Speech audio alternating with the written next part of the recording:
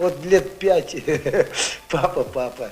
Я даже не знаю, откуда оно взялось. Ну, я уже привык, а этот Зайцев, ну, в глаза не говорят, но говорить, вот я папе скажу, он с тобой разберется. Папа, наверное, всегда был прав. Поэтому спорить с ним, хотя мы спорили с ним не один раз. Я лично спорил, и один раз даже мы поругались в лаве, он меня выгнал с лавы.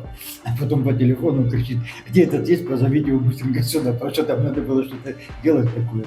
Накануне Дня Шахтера в редакции «Шахтинских известий» прошел круглый стол, в котором участвовали члены прославленной бригады дважды Героя социалистического труда Михаила Павловича Чиха с шахты «Майская». У нас побывали звеньевые Федор Филиппович Хлебников и Сергей Эрнестович Похель, горнорабочие очистного забоя Сергей Евгеньевич Филонов и Виктор Борисович Коваленко. Все они кавалеры знака «Шахтерская слава», ударники пятилеток. Каждый проработал в знаменитой бригаде от 10 до 20 лет. Они поделились воспоминаниями о легендарном коллективе, ставшем для нас настоящей легендой.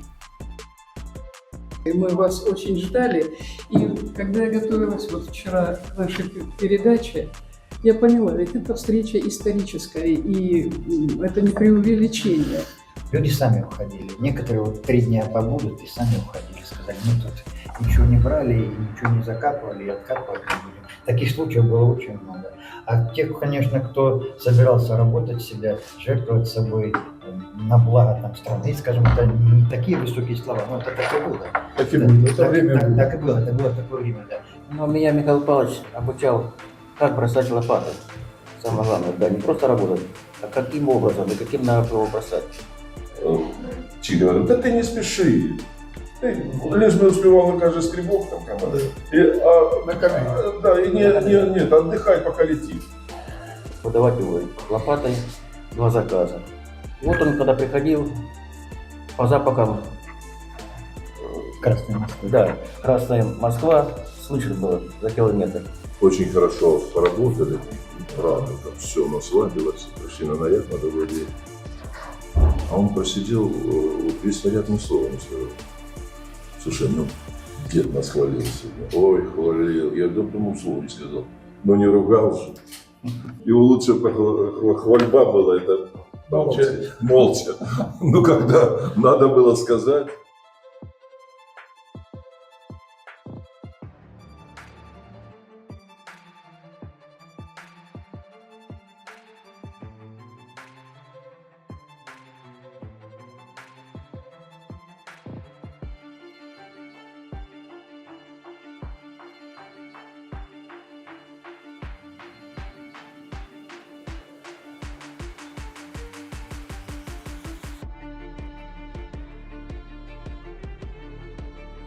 Я приехал, между прочим, с одним товарищем оттуда, с Альмавира. И он сейчас там работает. Так он поработал буквально 20 дней, говорит, я его туда не ложил, этот уголь, я его выгнать не буду. 20 дней поработал и уехал. На этом строилась работа наша. Мы уважали его очень сильно, все уважали. И то, что он говорил, мы принимали, конечно, все это во внимание принимали. Ну, все это, но он же для нас тоже много делал в этой жизни, очень много. У него самое главное, интересно, что запомнилось его чувство рабочих. Он видел, если лодырь далеко уже, с ним больше не общаться. Но он кидает, чтобы на каждый этот скребок попадал. Палыч, да устал. С руки кидать. А ты поменяйся с ним, он на ту сторону садись, на эту сторону садись. И вот он, как-то мы выехали на гору, я вот так хочу, бывало, хочу настоящую работу грузом. Я вот мечтаю просто, это моя мечта. Для меня это будет большая гордость. И вот моя борода, видел, что я на этом моторе там стараюсь, зачищаю весь грязный, как из лавы, короче. Моторист обычно чистый, я весь грязный. Как тот я конец смены зачищаю этот мотор, стал на коленке, там хотя бы полроста, вот этот уголь кидаю, там особенно, там его никогда никто не вычищал, никогда в жизни, наверное. И смотрю, у меня от пыли от шахтерской, еще рядом один луч на меня светит сзади. И поворачиваюсь, это Михаил Павлович. Посмотрел на меня, говорит, давай, зачищай. А по выезду зайдешь к начальнику, напишешь заявление в лаву. Так я попал в лаву.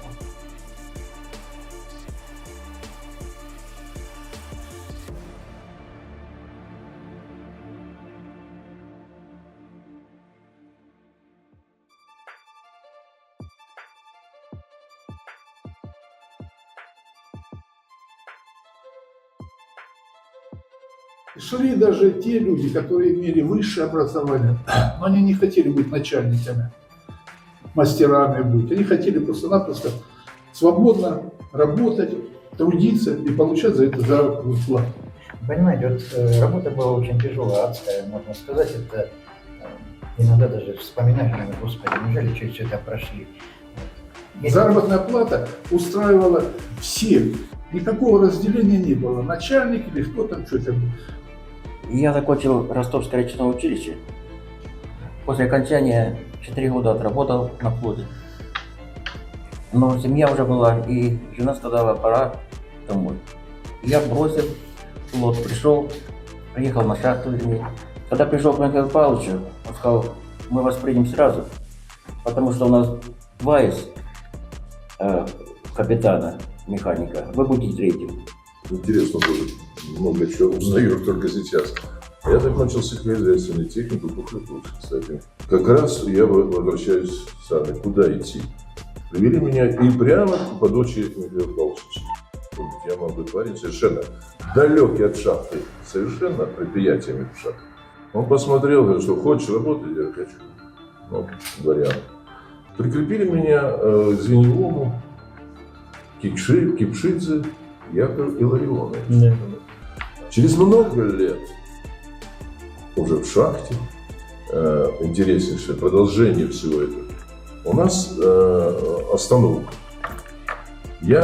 Там у нас селектор такой, и ты на мотор кричишь мотористу, ну узнай, что там, где. Он мне отвечает, там то-то, то-то, не у нас, а где-то там, на люках, где-то.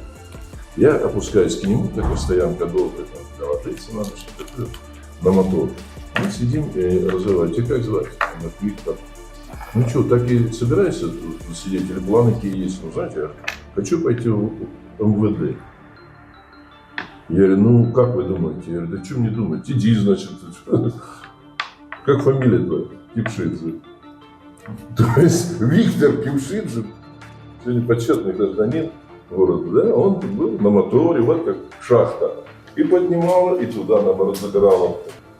Вот, если там поломка, ты не уйдешь, как его сделаешь. Особенно Чтобы сидел, бросил, я убежал. 3 смены сидел, Поэтому да. на ваш ответ легко ли попасть легко. Удержаться. Удержаться Как трудно. Шукшин говорил в том фильме, Да. попасть-то легко, вот выбраться. А удержаться трудно, потому что там, если вот ребята что говорили об этом, там же вот именно там проявляется все. И когда там завал, вот я как Звеньевой, Сергей знает, это остальные ты берешь, или твоя единственная привилегия за него, это быть первым там, где вот завал, и туда лезть, лезть, так сказать, упады. Там эти пики висят, тебя разрубят в одно мгновение. И ты берешь только тех, на кого ты просто знаешь, что он не убежит, никуда не двинется.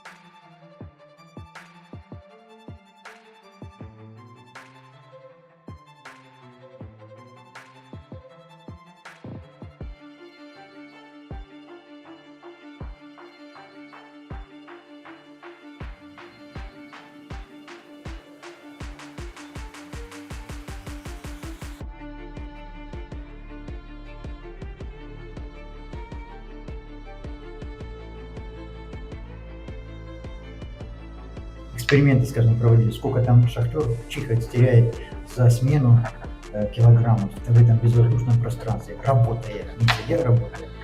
Ну, до 4 килограмм выходило, что люди теряют. Вот это. Ну, соответственно, потом он набирался, обезвоживание происходит, пот, это все такое. Это не выдерживает. И Да. более того, наши звенья иногда снимали, чтобы подтянуть там, другой участок. Поспал и с утра на работу. Я уже не говорю о тех, Восьми, восемь я уже лет, не говорю о тех восемь лавах, лет. я говорю, уже не говорю о тех лавах, которая была на 6-м уклоне, это 613 лава, это, в которой делали замеры воздуха, и там 43 градуса была температура. Там было вообще нечем дышать. Вот ребята на нише, которые работали, они лопатой кидают уголь, а потом берут эту лопату, прикладывают к пескам, чтобы, 43 градуса. У нас тут недавно было 44 на поверхности, мы тут все чуть не поумирали. Это все-таки на километровой глубине 43 градуса без воздуха. Приехала комиссия как-то, я помню, и они же лезут, мы-то все работаем без рубах, в одних брюках, там, перчатки без рубах, респиратор это вообще бесполезно одевать, потому что при такой температуре респиратор это только хуже делает. И вот они лезут, бедненькие, в белых касках, в куртках, знаешь, Федя, как они вот эти смыслы, лезут, возле меня остановился, сел, пот вытирает, говорит, господи, вам за то, что вы сюда просто опускаетесь, каждому надо давать звезду, как у Михаила Павловича. Выезжали все гордые, веселые, смеялись, шутили, черные, светились одни глаза у нас. Были всем по 25, по 23 года, елки-палки. Мы так зато с какой я садился в автобус, у меня вот эти черные глаза, ехал домой, на меня смотрели вот действительно с гордостью. Вот тогда шахтеры ценили, уважали. Это было гордо работать на шахте, да еще в такой бригаде у Михаила Павловича. Гордо быть, грозом быть работать именно в очистном забое. И мне стоит 1 раз сделать, уже повторное замечание я ему не делал. Лет 10 назад бригада Чиха равнялась на передовые коллективы области. Теперь под шаг бригады Михаила Павловича подбирают ногу угледобытчики страны. В отчетном докладе 25-му съезду партии она названа в числе лучших.